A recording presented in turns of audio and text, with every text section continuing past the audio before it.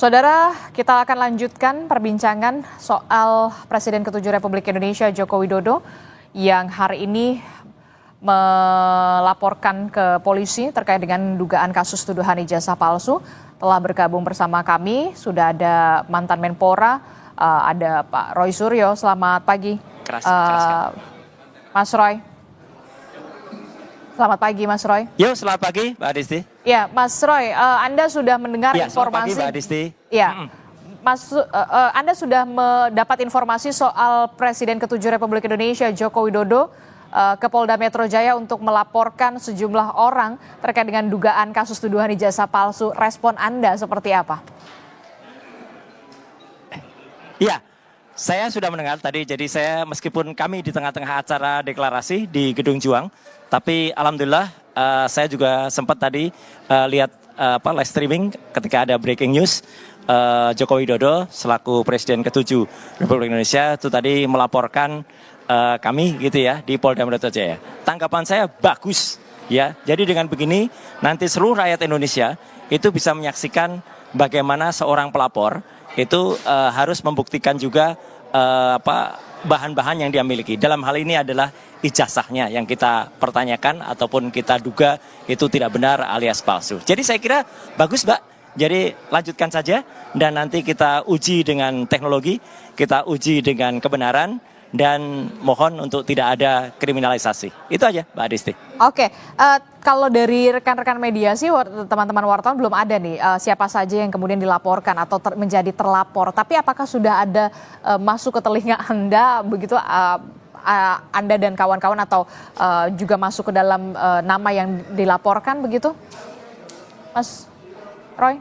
Iya. Terus terang kalau nama yang dilaporkan saya belum dengar langsung ya. Tapi kan kemarin dari kuasa hukumnya itu kan sempat disebut ya nama-nama selain saya, ada juga Pak Dr. Rismon, ada juga Dr. Tifa, ada juga Pak Rizal Fadilah ya. Bahkan pada laporan yang lain saya dengar ada beberapa nama yang lain, termasuk juga ada Pak Amin Rais, ada juga Gus Nur, ada juga Bambang Tri, dan lain-lain. Lucu ya, padahal Gus Nur dan itu kan baru saja bebas. Kemudian Bambang Tri juga malah belum keluar PB-nya, pembebasan bersyaratnya. Tapi siapapun yang dilaporkan, menurut saya siap ya. Kita siap karena kita itu uji kebenaran, kita uji kejujuran ya gitu. Bahkan nanti kalaupun ada pihak-pihak yang dipanggil ya, menurut saya sampaikanlah apa adanya, sampaikanlah fakta-faktanya, jangan kemudian takut terhadap fakta-fakta itu. Itu Mbak Adisti. Anda tidak gentar dan ketika nanti akan ada panggilan begitu dari Polda Metro Jaya, Anda siap untuk memberikan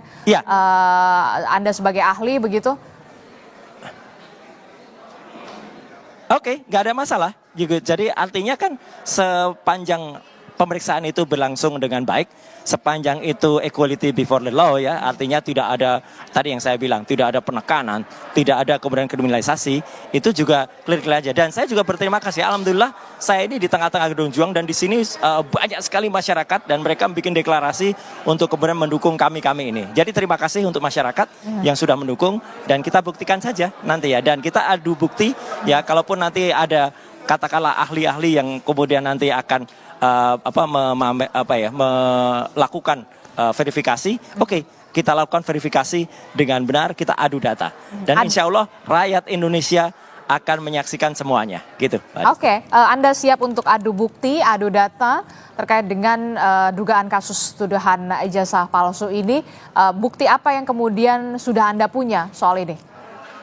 Sejauh ini, Mas Roy. Oke, jadi yang jelas adalah saya sudah melihat primary evidence ya. Saya sudah melihat primary evidence itu adalah bukti primer asli ya. Bukti primer itu bukti beneran yang saya pegang sendiri, yaitu yang skripsi bertuliskan Joko Widodo yang ada di Universitas Gadjah Mada pada tanggal 15 April. Kalau skripsinya saja kayak gitu ya, itu skripsinya palsu kayak gitu ya, itu bahkan tidak ada lembar pengesahan, maka tidak mungkin timbul ijazah.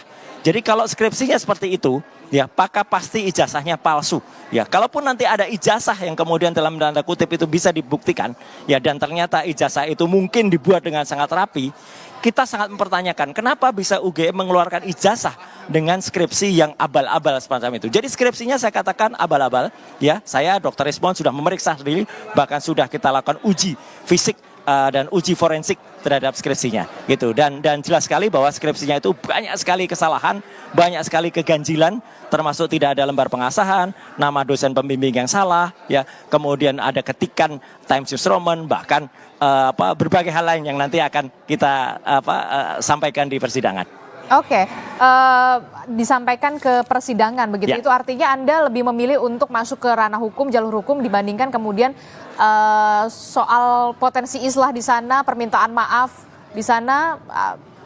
Anda lebih memilih untuk nantinya ketika memang ini berlanjut ke adu bukti, adu data ke persidangan. Gini. Ya, bagus kalau ada permintaan maaf atau islah. Tapi itu nanti biar rakyat Indonesia yang memastikan. Ya, yang jelas saya tetap pada satu kesimpulan bahwa skripsi yang ada di Universitas Gadjah Mada yang diberikan oleh Wakil Rektor saat itu, Prof. Wening Udasworo dan juga Wakil Rektor Dr. Aris Juto adalah palsu. Ya gitu, bahwa kalaupun ternyata akhirnya itu dikatakan ada ijazahnya mungkin dikatakan bisa asli. Saya sangat mempertanyakan kenapa bisa Universitas Gadjah Mada itu mengeluarkan ijazah yang disebut asli kalau skripsinya itu bentuknya seperti itu. Jelas-jelas skripsinya itu bermasalah. Ya, jelas-jelas skripsinya itu tidak benar. Dan skripsi itu sekali lagi Mbak Adisti dan seluruh pemirsa Kompas TV itu adalah primary evidence, ya, bukti primer. Dan kepada semua termasuk kuasa hukumnya, belum tentu mereka pernah lihat apalagi pegang skripsinya. Saya bukan hanya lihat, saya pegang yang disebut-sebut skripsi itu. Dan kalau dikatakan nanti, oh itu bukan itu skripsinya, nah berarti Universitas Gadjah Mada telah menyimpan atau bahkan mempertontonkan skripsi yang abal-abal atau skripsi palsu. Ini lebih parah lagi gitu ya. Jadi sekali lagi kita serahkan kepada masyarakat Indonesia dan saya siap mempertanggungjawabkan semua telaah saya bersama Dr. Rizmon, bersama Dr. Tifa, bersama Pak Rizal Fadilah kalau memang kami benar-benar dilaporkan. Itu Mbak Adisti. Oke, baik, terima kasih informasinya mantan Menteri Pemuda dan Olahraga Mas Suryo, Roy Suryo telah bergabung bersama kami dan nanti saja kita akan lihat bagaimana. Baik, terima kasih untuk Kompas TV. Ya. Baik, terima kasih Mas Roy Suryo. Saudara, informasi lainnya soal perkembangan dari laporan polisi yang dilayangkan oleh Presiden ke-7 Republik Indonesia bersama dengan tim kuasa hukum terkait dengan dugaan